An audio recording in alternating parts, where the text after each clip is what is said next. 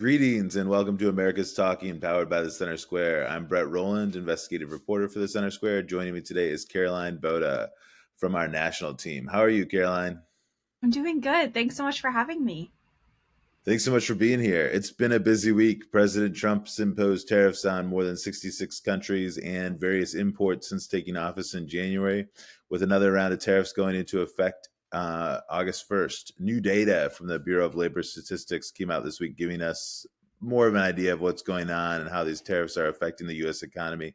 Caroline, what did we learn this week? Yeah, so this week the Bureau of Labor Statistics came out with their monthly consumer price index. So this report comes out every month with the data from the month before. So the data from this week that came out is July's data. And the CPI tracks the prices of certain goods, everyday goods bought by consumers. So that includes at the grocery store, it can include clothes, and it tracks how the prices of these goods change over time.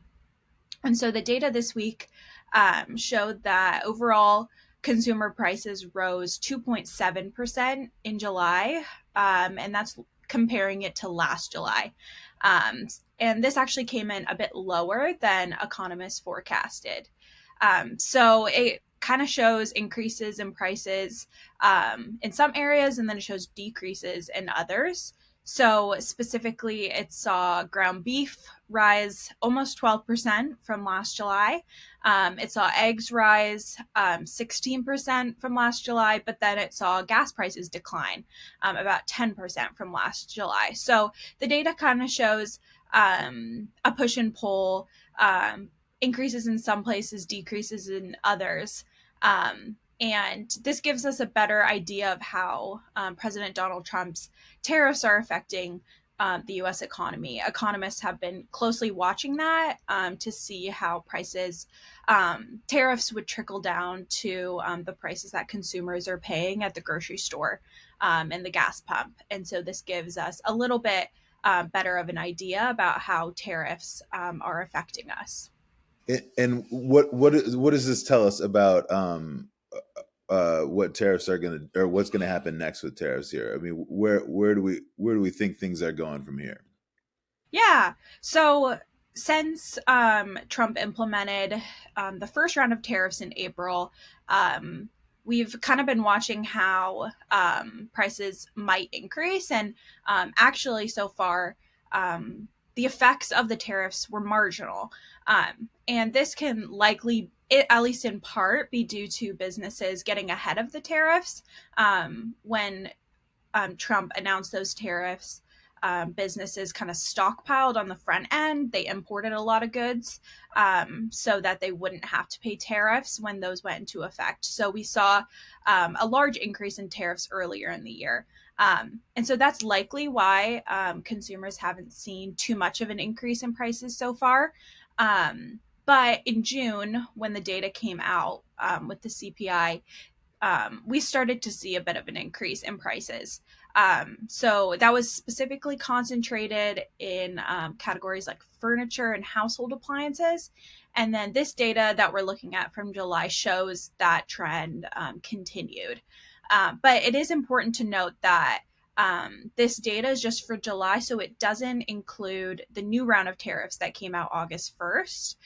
So the full impact of Trump's tariffs right now is unknown. So we'll need to be watching in the coming months for the new data. And then Trump has been pushing for lower interest rates for some time now. He's favoring really aggressive cuts.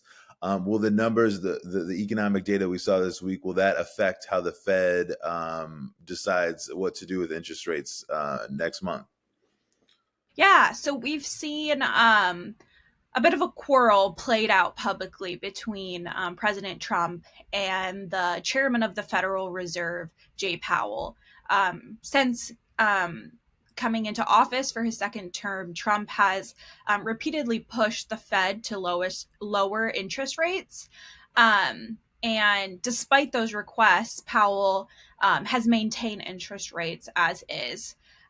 He has said that with the widespread tariffs that Trump is implementing, Powell has said that he wants to watch the economy to see how tariffs will affect the economy before he slashes rates. But it is expected, it's been widely expected that Powell will lower rates in September. And the increases in prices that we've seen with July's data are likely not significant enough to deter the Fed from going forward with those plans. Um, do you think there's been some speculation that the rate cut could be bigger than a quarter point, could even be a half point? What do you think at this point, or is it too early to tell? I think it's too early to tell. The Fed is pretty tight-lipped about their plans, and especially Powell hasn't really shared. So it's more speculation that the rates will be slashed. But at least from this data, we can predict that the effects won't be too great. And that it's likely that the Fed will slash rates in September as expected. Thank you, Caroline, for all your insights into these important stories. But that's all the time we have for this week. Everyone can keep up with these stories and more at thecentersquare.com.